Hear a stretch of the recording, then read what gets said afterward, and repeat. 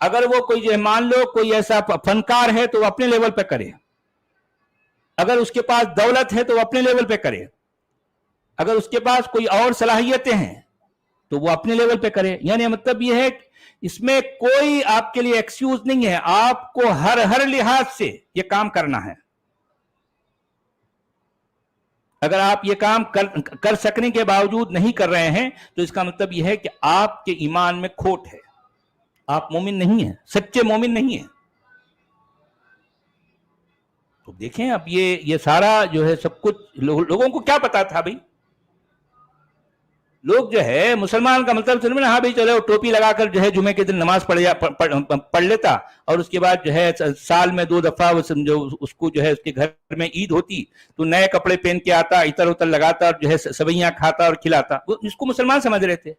لوگوں کو معلوم ہی نہیں نا ارے مسلمان کیا ہوتا ہے بھائی، یہ ہوتا ہے مسلمان. اور پھر جو یہ سب نہ کرے قرآن کی نظر میں وہ مسلمان ہی نہیں ہے. یہ بھی تو میں کہہ دوں، قرآن کی نظر میں مسلمان نہیں ہے نا بھائی. ہاں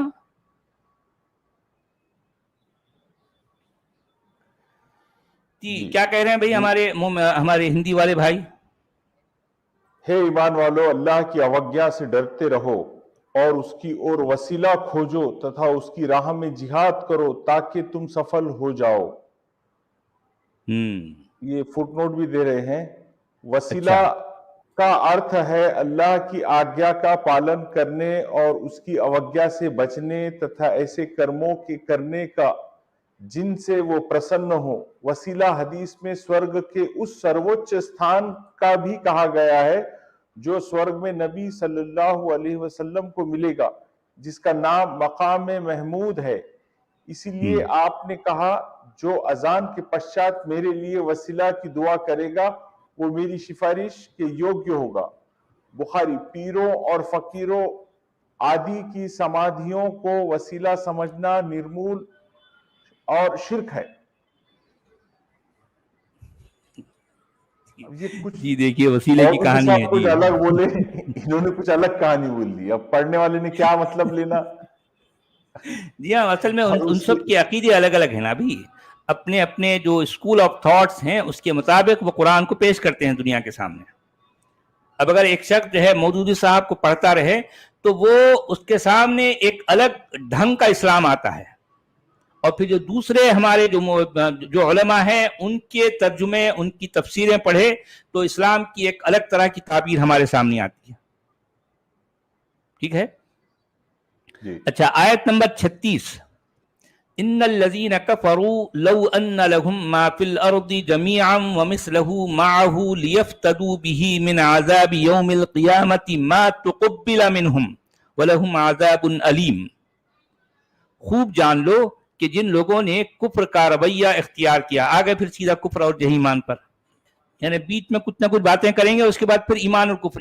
ایمان اور کفر کی باتیں تو قرآن میں آپ کو ہر صفحے پر ملے گی، کیونکہ پورے کا پورا قرآن اسی کے گرد گھوم رہا ہے نا، ایمان اور کفر، ایمان اور کفر، اور کیا ہے. تو خوب جان لو کہ جن لوگوں نے کفر کا رویہ اختیار کیا ہے اگر ان کے قبضے میں ساری دنیا کی دولت ہو اور اتنی ہی اور اس کے ساتھ ہو اور وہ چاہیں کہ اسے فدیے میں دے کر روز قیامت کے عذاب سے بچ جائیں تب بھی وہ ان سے قبول نہ کی جائے گی اور انہیں دردناک سزا مل کر ہی رہے گی. انداز کیا بات کرنے کا طریقہ دیکھیں، کیا بات ہے، یہ مل کر ہی رہے گی. اچھا مثال کیا دے رہے؟ زمین پوری دنیا. اچھا دیکھیں اس میں کیا جن لوگوں نے کفر کیا یعنی جو کافر ہیں، بھئی اس آیت کے انوسار جو لوگ کافر ہیں تو ان کے بارے میں کیا کہا جا رہا کہ کافر کیا کریں اگر جو ہے سارے کے سارے مل کر لو ان لہم ما فی الارض جميعا، یہ پوری زمین پر جو کچھ ہے، اور ومثلہ معہ، یعنی مطلب پوری زمین پر جو کچھ ہے. اب مان لو پوری زمین پر جو ہے کچھ اتنا جتنا کچھ ڈھیر ہے اس جیسا اور بھی اس کے ایکویلنٹ اور ایک ڈھیر ہے. یعنی مطلب یہ ہے کہ دو زمینیں، ایک زمین پر جتنا ہے گویا کہ اور ایک زمین پر دو جو ہے مطلب چیزیں ایکویلنٹ، زمین کے اتنا پھر اور ایک زمین کے اتنا. وَمِثْلَهُ مَعَهُ لِيَفْتَدُوا بِهِ، اچھا یہ دونوں زمین کے اتّا لے آ کے اللہ میاں کو دینا, اللہ میاں لے لو اور ہم کو چھوڑ دو, ہم نے کفر کیا تھا نا, ارے ہم کو چھوڑ دو بھائی, تو جو ہے وہ لیفتدوا بہ من عذاب یوم القیامہ ما تقبل منہم, تو اللہ میاں کیا کریں گے, نہیں ہم تمہاری کوئی بات, مطلب یہ اتنا فدیہ ہے تم جو دیتے, اس کا تاوان یعنی کمپنسیشن میں تم جو کچھ مجھے دے رہے ہو میں اس کو قبول نہیں کروں گا, میں اس کو ریجیکٹ کر دوں گا, اور تمہارے لیے دردناک عذاب تو ریڈی ہے. کیا انداز ہے, کیا بچکانہ سوچ دیکھیے آپ, مثال بھی بچوں جیسی ہے, یعنی اس میں کوئی معقولیت ہے؟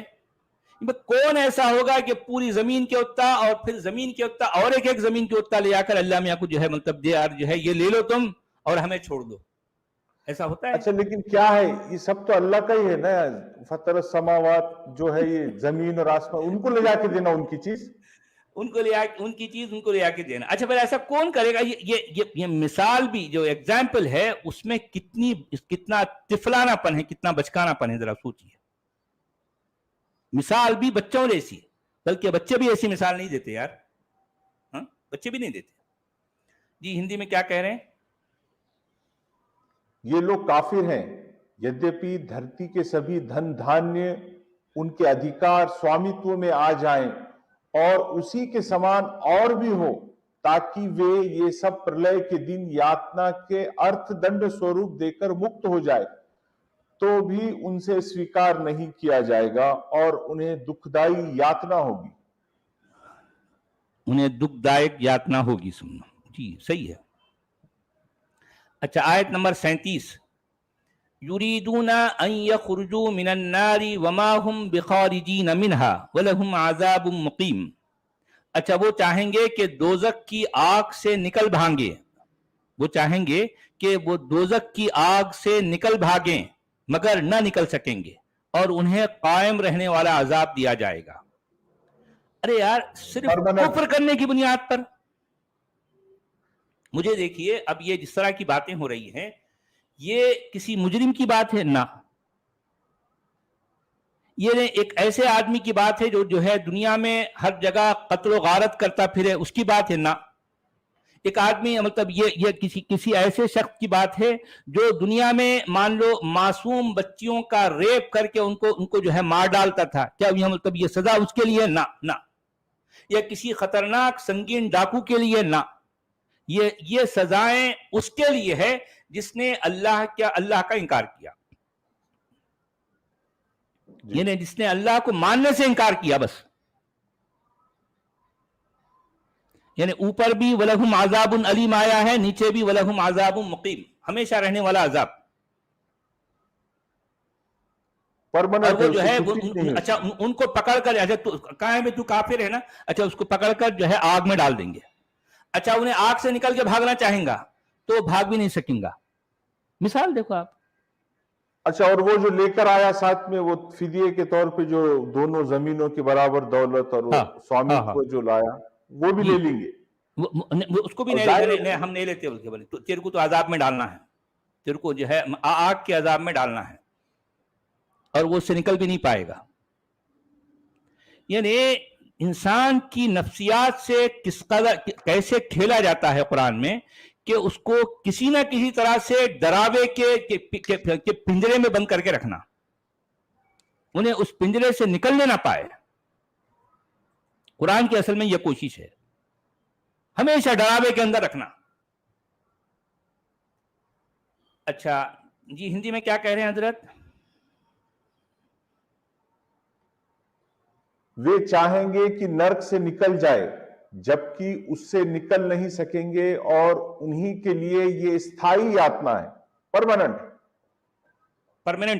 یاتنا ہے, پرماننٹ. جی ہاں. اچھا اب آ گئی وہ آیت جو یہ بھی بڑی خطرناک ہے. اچھا سورہ مائدہ میں یعنی خطرناک آیتیں بہت ہیں بھی, تو یہ آیت ہے 38 کی 38, والسارق والسارقة فاقطعوا أيديهما جزاء بما كسبا نكالا من الله والله عزيز حكيم. اور چور خواہ چورنی دونوں کے ہاتھ کاٹ دو. اچھا یہاں پر جو ہے بلکہ اصل میں دونوں ہاتھ ہیں. یہاں پر مودودی صاحب جو ہے خالی کاٹ دو نہیں, اصل میں ان کو لکھنا چاہیے تھا دونوں کے دونوں ہاتھ کاٹو. ہاں اس میں اسپیسیفک رہتے نا, پیچھے آیا تھا یعنی ادھر کا ہاتھ اور ادھر کا پیر. ہاں یا اس میں کیا ہے, چور کے بھی دونوں ہاتھ اور چورنی کے بھی دونوں ہاتھ کاٹ ڈالو. کیوں؟ اس لیے کہ کیا ہے, یہ ان کی کمائی کا بدلہ ہے اور اللہ کی طرف سے عبرتناک سزا ہے. اللہ کی قدرت سب پر غالب ہے اور وہ دانا و بینا ہے, بڑا جو ہے بڑا اس کے پاس بڑا وزڈم ہے, بہت وائز پرسن ہے وہ. اب آپ دیکھیے یہاں اس کے فٹ نوٹ میں لکھ رہے ہیں دونوں ہاتھ نہیں بلکہ ایک ہاتھ, اور امت کا اس پر بھی اتفاق ہے. مگر عجیب معاملہ ہے یار, یہاں پر فقطعوا ایدیہما کہا گیا. اب یہ ہمارے پھر مودودی صاحب لکھ رہے ہیں کہ جو ہے دونوں ہاتھ نہیں بلکہ ایک ہاتھ, اور امت کا اس پر بھی اتفاق ہے کہ پہلی چوری پر سیدھا ہاتھ کاٹا جائے گا. نبی صلی اللہ علیہ وسلم نے یہ ہدایت بھی فرمائی ہے کہ لا قطع علی خائن. اس سے معلوم ہوا ہے کہ سرقے کا اطلاق خیانت وغیرہ پر نہیں ہوتا, بلکہ صرف اس فعل پر ہوتا ہے کہ آدمی کسی کے مال کو اس کی حفاظت سے نکال کر اپنے قبضے میں لے لے. پھر نبی صلی اللہ علیہ وسلم نے یہ ہدایت بھی فرمائی کہ ایک ڈھال کی قیمت سے کم کی چوری میں ہاتھ نہ کاٹا جائے. ایک ڈھال کی قیمت نبی صلی اللہ علیہ وسلم کے زمانے میں بروایت عبداللہ ابن عباس 10 درہم, بروایت ابن عمر 3 درہم, بروایت انس بن مالک 5 درہم, اور بروایت حضرت عائشہ 1/4 دینار. اسی اختلاف کی بنا پر فقہا کے درمیان کم از کم نصاب سرقہ میں اختلاف پیدا ہو گیا. اچھا اب دیکھیں کہ قرآن کے احکامات اور پھر جو ہے قرآن کی یہ بات جو آئی ہے, یہ اس کے الفاظ کتنے سخت ہیں ذرا سوچئے. یعنی قرآن کا ایکچول ٹیکسٹ تو یہ کہہ رہا ہے کہ چور اور چورنی کے دونوں ہاتھ کاٹ ڈالو. اب یہ تو ایکچول ٹیکسٹ ہے نص صریحی میں. اچھا اب یہ اس ایکچول ٹیکسٹ میں کا کیا مطلب ہے, اس کو سمجھنے میں ہر کسی کا اختلاف ہے. ارے یار بلکہ صحابہ کے بھی اختلافات ہیں. ہاں صحابہ کے, میں ان کے اندر ہی بتا رہا ہوں نا بھی. اچھا اب دیکھیے, یعنی کسی نے کہا کہ جس کسی نے 10 درہم کی چوری کی اس کے ہاتھ کاٹنا ہے. کسی نے کہا کہ کسی کے مطابق 3 درہم کی چوری کی تو اس کے ہاتھ کاٹ ڈالو. کسی کے مطابق 5 درہم کی چوری کی تو اس کے ہاتھ کاٹ ڈالو. اور عائشہ کی روایت یہ ہے کہ 1/4 دینار یعنی پاؤ دینار, ٹھیک ہے, پاؤ دینار کے برابر کسی نے چوری کی تو اس کے ہاتھ کاٹ ڈالو. ارے یار کیا, ذرا سوچیے ذرا. اسی اختلاف کی بنا پر فقہا کے درمیان کم از کم نصاب سرقہ میں اختلاف ہوا ہے. امام ابو حنیفہ کے نزدیک سرقہ کا نصاب 10 درہم ہے, اور امام مالک اور شافعی اور احمد کے نزدیک 1/4 دینار. اس زمانے کے درہم میں 3 ماشا یعنی ہے مطلب 3 ماشا یا 1 رتی چاندی ہوتی تھی. اب آپ اندازہ لگائیے, اس میں 3 ماشا اور 1 رتی, گویا کہ 1 تولے سے بھی کم چاندی, 1 تولے سے بھی کم چاندی یا 1/4 دینار یعنی 3 درہم کے برابر تھا. پھر بہت سی چیزیں ایسی ہیں کہ جن کی چوری میں ہاتھ کاٹنے کی سزا نہ دی جائے گی. مثلا نبی صلی اللہ علیہ وسلم کی ہدایت ہے کہ لا قطع فی ثمرۃ ولا کسر, پھل اور ترکاری کی چوری میں ہاتھ نہ کاٹا جائے. لا قطع فی طعام یعنی کھانے کی چوری میں قطع ید نہ کیا جائے, یعنی ہاتھ نہ کاٹا جائے. اور حضرت عائشہ کی حدیث ہے کہ لم یکن قطع السارق علی عہد رسول اللہ صلی اللہ علیہ وسلم فی الشیء التافہ, یعنی حقیر چیزوں کی چوری میں نبی صلی اللہ علیہ وسلم کے زمانے میں ہاتھ نہیں کاٹا جاتا تھا. حضرت علی اور حضرت عثمان کا فیصلہ ہے کہ صحابہ کرام میں سے کسی نے اس سے اختلاف نہیں کیا کہ لا قطع فی الزیر, پرندے کی, لا قطع فی الطیر ہے, اچھا پرندے کی چوری پہ ہاتھ کاٹنے کی سزا نہیں ہے. نیز سیدنا عمر و علی رضی اللہ عنہما نے بیت المال سے چوری کرنے والے کا ہاتھ بھی نہیں کاٹا، اور اس معاملے میں بھی صحابہ کرام میں کسی کا اختلاف منقول نہیں ہے۔ ان مآخذ کی بنیاد پر مختلف ائمہ فقہ نے مختلف چیزوں کو قطعیت کے حکم سے مستثنی قرار دیا ہے۔ امام ابو حنیفہ کے نزدیک ترکاریاں، پھل، گوشت، پکا ہوا کھانا، غلہ جس کا ابھی کھلیان نہ کیا گیا ہو، کھیل اور کھانے بجانے کے آلات وہ چیزیں ہیں جن کی چوری میں قطعیت کی سزا نہیں ہے۔ نیز جنگل میں چرتے ہوئے جانوروں کی چوری اور بیت المال کی چوری میں بھی وہ قطعیت کے قائل نہیں ہیں۔ اسی طرح دوسرے ائمہ نے بھی بعض چیزوں کو اس حکم سے مستثنی قرار دیا ہے، لیکن اس کے معنی یہ نہیں ہے کہ ان چوریوں پر سرے سے کوئی سزا ہی نہیں دی جائے گی، مطلب یہ ہے کہ ان جرائم میں ہاتھ نہ کاٹا جائے گا۔ اچھا اب دیکھیے ہمارے عبدالحمید صاحب، یعنی قرآن کی جو ہے، یعنی قرآن کا جو ہے ذرا معاملہ غور کریں کہ اتنی بڑی سزا کا ایک قانون بنا کر قرآن جو ہے ایک یہ بات پیش کر رہا ہے، اور اتنے کلیئر الفاظ میں کہ چور اور چورنی کے دونوں ہاتھ کاٹ ڈالو، یہ کیونکہ یہ یعنی ان کی کمائی کا بدلہ ہے اور اللہ کی طرف سے عبرتناک سزا ہے۔ یعنی اتنے کلیئر جو ہے باتیں آ جانے کے بعد میں اس کے باوجود بھی سمجھ نہیں آ رہا کہ قرآن کا بولنے والا کہنا کیا چاہ رہا، کیونکہ اس میں کوئی کلیریفیکیشن نہیں ہے۔ اچھا، جو لوگ کلیریفیکیشن دے رہے ہیں ان سب میں آپس میں ایک دوسرے کے اختلاف ہے، تمام صحابہ میں اختلاف ہے، تمام ائمہ جتنے امام ہیں ان میں اختلاف پایا گیا، فقہا میں اختلاف ہے، کوئی کچھ کہہ رہا کوئی کچھ کہہ رہا۔ مثال کے طور جی یہ اصل میں مودودی صاحب پیش ہی یہ کر رہے کہ وہ یہ اتنے اختلافات ہے اس کے انڈرسٹینڈنگ میں، وہ اور کچھ بول ہی میں نہیں وہی تو رہے۔ کہنا چاہ رہا ہوں، اب میں وہی تو بولنا چاہ رہا ہوں کہ کوئی کہہ رہا ہے کہ 3 درہم کی چوری پر اس کے ہاتھ کاٹ دینا ہے، کوئی کہہ رہا ہے کہ 5 درہم کی، کوئی کہہ رہا ہے کہ 10 درہم کی۔ اب مثال کے طور پر اگر کسی نے 3 درہم کی چوری کر دی اور اس کے ہاتھ کٹ گئے، اب اس کے بعد دوسرے امام صاحب آ کے کریں ارے یار یہ 3 درہم کی جو ہے چوری پر تم نے ہاتھ کیوں کاٹ دیے، لیکن میں نے تو جو ہے مطلب یعنی میرے حساب سے 10 درہم کی چوری ہونی چاہیے۔ ارے یار یہ کیا معاملہ ہے یار، لوگوں کے ہاتھ کاٹے جا رہے ہیں اور پھر جو ہے ان کا آپس میں اختلاف ہے کہ جو ہے 10 درہم کی چوری پر ہاتھ کاٹنا ہے یا 3 درہم کی۔ اچھا تھوڑی دیر کے لیے آپ جو ہے 10 ہو یا 5 ہو یا 3 ہو، آپ دیکھیں کہ ایک شخص بینک سے جو ہے کوئی چیز چرا لیتا ہے، تو کیا اس کے ہاتھ کاٹ دیے جائیں گے؟ اور ایون یہ کھانے پینے کی چیزوں میں کہ جو ہے کھانے پینے کی چیزوں پر بھی جو ہے ہاتھ نہیں کاٹنے کی بات یہ حدیثوں میں آئی ہے نا، اور وہ بھی اختلاف کے ساتھ، لیکن قرآن میں تو نہیں ہے۔ ہاں بھئی قرآن تو کہہ رہا ہے کہ جو چور اور چورنی کے دونوں کے ہاتھ کاٹ دو، کہہ رہا ہے سمجھ، بات ختم۔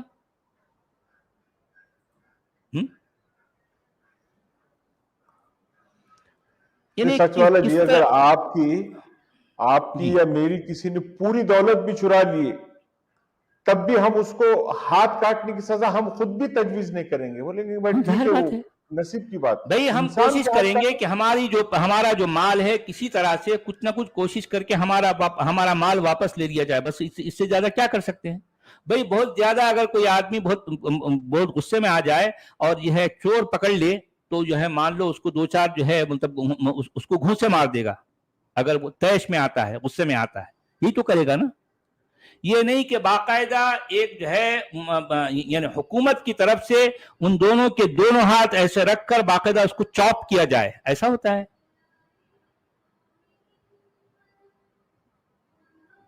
عجیب معاملہ ہے یار۔ اب ہم جو ہے قرآن پڑھ رہے ہیں، خالق کائنات کا کلام پڑھ رہے ہیں، اس میں تو چور اور چورنی کے ہاتھ کاٹ دینے کا حکم آ گیا، یہ سمجھائے بغیر، یہ ایکسپلینیشن کے بغیر کہ آخر چور کون ہوتا ہے، اس کی کوئی ڈیفینیشن آپ کو پورے قرآن میں نہیں ملتی۔ قرآن میں فضول فالتو خرافاتی باتیں بھری پڑی ہیں، لیکن کام کی بات جب آپ پہنچیں کہ بھئی جو ہے چور کون ہوتا، چور کی ڈیفینیشن قرآن میں نہیں ہے، فضول فالتو باتیں تو ہیں۔ ہاں یہ کون بول رہا ہے؟ یہ وہ لٹیرے ڈاکو لوگ بتا رہے ہیں کہ چور کے ہاتھ کاٹو، بیت ہاں المال ظاہر تو بات آپ کے پاس کیا ہے؟ مال غنیمت آپ نے لوٹ کے لائے ہوئی چیزیں ہیں آپ کے پاس. ایگزیکٹلی دیکھیں مسلمانوں کے بیت المال میں خاص طور پر مدینہ کے بیت المال میں آخر مال آیا کہاں سے؟ ارے بھائی ظاہر بات ہے آپ نے لوگوں پر حملے کیے، ان پر دھاوے بولے، وہاں سے لوٹ مار کے جو ہے مطلب مال وہاں سے لوٹا ہوا مال لا کر اپنے خزانے میں جمع کیا، اور اس کا نام تم نے رکھ دیا بیت المال، ہے نا؟ اور پھر قرآن کیا کہہ رہا ہے مطلب یہ لوٹ مار کے مال کے بارے میں؟ قرآن کی جو ہے یہ کلیئر کٹ بات ہے، یہ ہم آگے چل کر جو ہے سورہ انفال میں پڑھیں گے، اس میں قرآن یہ کہہ رہا ہے کہ فَكُلُوا مِمَّا غَنِمْتُمْ حَلَالًا طَيِّبًا، اور پس تم جو ہے کھاؤ یہ لوٹ مار کا مال حلال اور پاکیزہ طریقے سے، یعنی مطلب یہ ہے پاکیزہ سمجھ کر، یعنی یہ مال تمہارے لیے حلال بھی ہے اور یہ مال تمہارے لیے پاکیزہ بھی ہے، لوٹ ایک کا دم مال. ہاں لوٹ کا مال تمہارے لیے پاک ہے. سچیے سر فَكُلُوا مِمَّا غَنِمْتُمْ، یعنی جو کچھ تم جو ہے لوٹ مار کا مال جو ہے تمہیں جو کچھ ملا ہے تو اس کو تم کھاؤ حلالاً طیبا، کیونکہ یہ کہ یہ مال کیا ہے؟ حلال بھی ہے اور پاکیزہ بھی ہے، بڑا اچھا مال ہے. جو قرآن کہہ رہا ہے بھائی، قرآن کہہ رہا ہے لوٹ مار کا مال حلال بھی ہے، طیب بھی ہے، پاکیزہ بھی ہے. سوچیے. اچھا سچ والا اور جی، یہ ساری قانون چیزوں اور یہ کے باتیں کون کر رہے ہیں؟ جو ہے لوٹ مار کے مال کو لوٹ کے اپنے خزانے میں لا کے جمع کرتے ہیں، اور اس خزانے کا نام کیا رکھتے ہیں؟ بیت المال. جی جناب کیا کہا آپ نے؟ یہ جو ایگزیکیوشن کی جو بات ہو رہی کہ بھئی ایک قانونی پورا ایک لا بتا رہے نا کہ اگر کوئی چور مل جائے تو اس کو کاٹو، مطلب یہ ایگزیکیوٹ کرنے کی اتھارٹی ان کے پاس آ گئی تھی. تو یہ مدینہ میں کی پوزیشن ہے یا مکہ کی ہے یہ پوزیشن؟ نہیں، یہ تو مدینہ کی پوزیشن ہے، اور اس کے بعد پھر ظاہر بات ہے پورے عرب پر جب ان کی دادا گیری، ان کی غنڈہ گردی پورے عرب پر جو ہے نافذ ہو گئی، تو ظاہر بات ہے وہ اس وقت جو ہے اس وقت کی باتیں ہیں نا. یعنی اس کی شروعات تو مدینہ سے ہوئی، لیکن پھر جو ہے ظاہر بات ہے پورے کا پورا عرب وہاں پر جب جہاں جہاں ان کی غنڈہ گردی، ان کے حلے، ان کی جو ہے جو حملے ہوتے تھے، جس علاقے پر جس قبیلے پر یہ حملہ کرتے، ظاہر بات ہے اس پورے قبیلے کا سارا مال ان کا ہو جاتا، اور اس قبیلے کے جو انسان ہیں ان میں کے جو مرد ہیں وہ غلام بنا لیے جاتے، اور جو ہے ان کی جو خواتین ہیں ان کو لونڈی بنا لیا جاتا، اور وہاں سے لوٹا ہوا مال لا کر یہ اپنے خزانے میں، اپنے بیت المال میں جمع کرتے ہیں. اور پھر یہ بیت المال میں جو مال ہوتا، پھر یہ اس مال کو اور جہاں جہاں دینا ہے، وہ جو وقت کا جو خلیفہ ہے وہ اس کے ثوابدید پر جو ہے منحصر ہے کہ الجزیہ جو ہے نا مالی تاوان، وہ بھی وہاں سے ان سے لے کر، یہ ایک طرح کا ظالمانہ جو ہے مطلب یہ بوجھ ہے. ظالمانہ بوجھ کس پر؟ یہ جو ہے اہل کتاب یا جو ہے نان مسلمز پر. تو یہ الجزیہ کا جو مال ہوتا، یہ بھی ایک طرح سے اس کے جسم سے کھکور کر جو ہے کھینچ کے، جیسا اس کے جسم کی کھال کو کھینچا جاتا ہے، اس طرح سے کھینچ کر لا کر جو ہے بیت المال میں جمع کیا جاتا. اور بیت المال اس طرح کے مال سے بھرا ہوا ہوتا. جی. اور اس پہ ان کو سب سے زیادہ غصہ اس میں سے اگر کسی نے 5 درہم بھی چرا لیا تو ہاتھ کاٹ دو. واہ. جی جی ہندی میں کیا کہہ رہے ہیں؟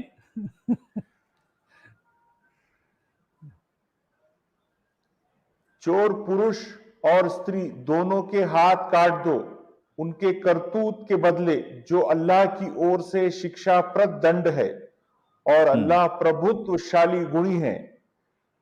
اس پہ بھی فٹ نوٹ لکھے انہوں نے. اچھا بڑی فٹ نوٹ ہے. یہاں پر چوری کے وشے میں اسلام کا دھرم ودھان ورنت کیا جا رہا ہے کہ یدی 1/4 دینار اتوا اس کے مولیہ کے سامان کی چوری کی جائے تو چور کا سیدھا ہاتھ کلائی سے کاٹ دو. اس کے لیے استھان تتھا سمے کے اور بھی پرتیبندھ ہے. شکشا پرد دنڈ ہونے کا ارتھ یہ ہے کہ دوسرے اس سے شکشا گرہن کرے تاکہ پورا دیش اور سماج چوری کے اپرادھ سے سوچھ اور پوتر ہو جائے. تتھا یہ ایتہاسک ستیہ ہے کہ اس گھور دنڈ کے کارن اسلام کے 1400 ورشوں میں جنہیں یہ دنڈ دیا گیا ہے وہ بہت کم ہے، کیونکہ یہ سزا ہی ایسی ہے کہ جہاں بھی اس کو لاگو کیا جائے گا وہاں چور اور ڈاکو بہت سوچ سمجھ کر ہی آگے قدم بڑھائیں گے، جس کے پھل سوروپ پورا سماج امن اور چین کا گہوارہ بن جائے گا۔ اس کے وپریت سنسار کے آدھونک ودھانوں کے اپرادھیوں کو سدھارنے تتھا انہیں سبھیہ بنانے کا جو نیم بنایا ہے اس نے اپرادھیوں میں اپرادھ کا ساہس بڑھا دیا ہے۔ اتہ یہ ماننا پڑے گا کہ اسلام کا یہ دنڈ چوری جیسے اپرادھ کے روکنے میں اب تک سب سے سفل سدھ ہوا ہے، اور یہ دنڈ مانوتا کے مان اور اس کے ادھیکار کے وپریت نہیں ہے، کیونکہ جس ویکتی نے اپنا مال اپنے خون پسینہ پریشرم تتھا اپنے ہاتھوں کی شکتی سے کمایا ہے، تو یدی کوئی چور آ کر اس کو اچکنا چاہے تو اس کی سزا یہی ہونی چاہیے کہ اس کا ہاتھ کاٹ دیا جائے جس سے وہ انیہ کا مال ہڑپ کرنا چاہ رہا ہے۔ صدق اللہ العظیم۔ واہ۔ اچھا آپ دیکھیے، یہ ہمارے علماء یہ بات جو ہے بار بار بڑے چاو سے، بڑے جو ہے ناز سے کہتے ہیں کہ بھئی جہاں جہاں بھی یہ چور کی سزا یہ ہوگی کہ جو ہے اس کے ہاتھ کاٹ دیے جائیں گے تو پھر جو ہے وہاں پوری طرح سے امن و امان ہوگا، وہاں کوئی چوری نہیں کرے گا۔ ٹھیک ہے۔ اچھا اب آپ دیکھیے، میں آپ سے کہتا ہوں کہ اس کے باوجود یہ قانون جہاں ہیں اس کے باوجود لوگ چوریاں کرتے ہیں، عرب میں بھی چوریاں ہوتی ہیں، ضرور ہوتی ہیں، کیونکہ وہاں اگرچہ کہ قانون ہے مگر جو ہے قانون نافذ نہیں ہے اتنا، یا تو بہت سے لوگ پکڑے نہیں جاتے، یا پھر جو ہے اگر پکڑے بھی گئے تو وہ چلتا ہے ایسے ہی۔ میں کہنا یہ چاہ رہا ہوں کہ یہ قانون نافذ کرنے سے زیادہ اہم وہ باتیں ہیں۔ مثال کے طور پر میں کہتا ہوں جاپان کی مثال لے لیں۔ پچھلے کئی سالوں سے جاپان کا شہر ٹوکیو یہ ان ایسے منفرد شہروں میں شمار ہوتا ہے جس کے بارے میں کہا جاتا ہے وہاں اخلاقیات اور دیانتداری کا جو لیول ہے دنیا کے تمام شہروں سے سب سے زیادہ ہے۔ میں ہمارے علماء سے، ہمارے مسلمان بھائیوں سے یہ سوال کرنا چاہتا ہوں کہ ٹوکیو یا جاپان میں کون سا درس قرآن ہوتا ہے اور کون سا درس حدیث ہوتا ہے؟ وہ کیا بنیادیں ہیں جس کی وجہ سے وہاں کے باشندے ایسے ہیں؟ اچھا آپ کو پتا ہے کہ 2011 میں جو جاپان میں جو سونامی آئی تھی، بڑی بھیانک، بلکہ یعنی مطلب تاریخ کے بھیانک ترین سونامیوں میں سے ایک تھی وہ، ٹھیک ہے؟ تو یوٹیوب پر ہم نے یہ مناظر لائیو، یہ سب کچھ ہم نے اپنی آنکھوں سے دیکھا ہے۔ آج بھی آپ کو شاید وہ جو ہے وہ اس طرح کی ویڈیوز مل جائیں گی۔ ہم نے دیکھا کہ کئی شہر اجڑ گئے، اور تقریباً وہاں کے ہر جو جتنے رہنے والے وہاں کے ہر باشندے کا وہی حال ہے۔ وہ کھانے کو ترس رہا ہے، وہ پینے کو ترس رہا ہے، اس کے اپنے جو ہے اس کی جو زندگی کی ضروریات جو ہے وہ تقریباً سب کا وہی حال ہے۔ اس کے باوجود ہم نے دیکھا کہ اگر ان کو کوئی فوڈ پیکٹ جو ہے دیے جا رہے ہیں تو ان سے جو ہم اپنی آنکھوں سے دیکھ رہے ہیں کہ سارے کے سارے لوگ قطار لگائے کیو میں کھڑے ہوئے جو ہے ایک ایک کر کے آگے بڑھ رہا ہے، اور کوئی دھینگا مچی نہیں ہو رہی ہے، کوئی لوٹ املاٹ نہیں ہو رہی ہے۔ جس کو جو ہے مانو کھانے کا پیکٹ چاہیے وہ آگے بڑھتا ہے، اپنا کھانے کا پیکٹ لے کر سیدھا آگے نکل جاتا، کوئی لوٹ املاٹ نہیں ہو رہی بھائی، حالانکہ سب ضرورت ہے، حالانکہ جتنے ہیں سارے کے سارے ضرورت مند ہیں، سارے بھوکے ہیں، سارے پیاسے ہیں۔ یہ نظم و نسق، یہ جو ہے اس طرح کی بات آخر ان کے اندر کہاں سے آئی، کیسے آئی ہے نا؟ پوری سوسائٹی کیسے ٹرین ہوئی ایسے؟ ہاں بنا اس کے بھئی کون سی کتاب ہے ان کے پاس، ان کے ہاں کون سا قرآن ہے، اور ان کے ہاں کون سی حدیث ہے، ان کے پاس کون سے رسول کے فرمان ہیں، کون سے اللہ کے حکام ہیں، وہ آخر کن احکامات پر عمل کر کے آج دنیا کے لیے جو ہے بہترین قوم بنے، ان کی بنیادیں کیا ہیں؟ اب یعنی پوری اسلامی تاریخ میں یہ جو ہے ہمارے ملے چلاتے پھرتے ہیں کہ جو ہے وہ ایسا کرنے سے ایسا ہوتا ہے، کچھ بھی کرنے سے کچھ بھی نہیں ہوا بھائی۔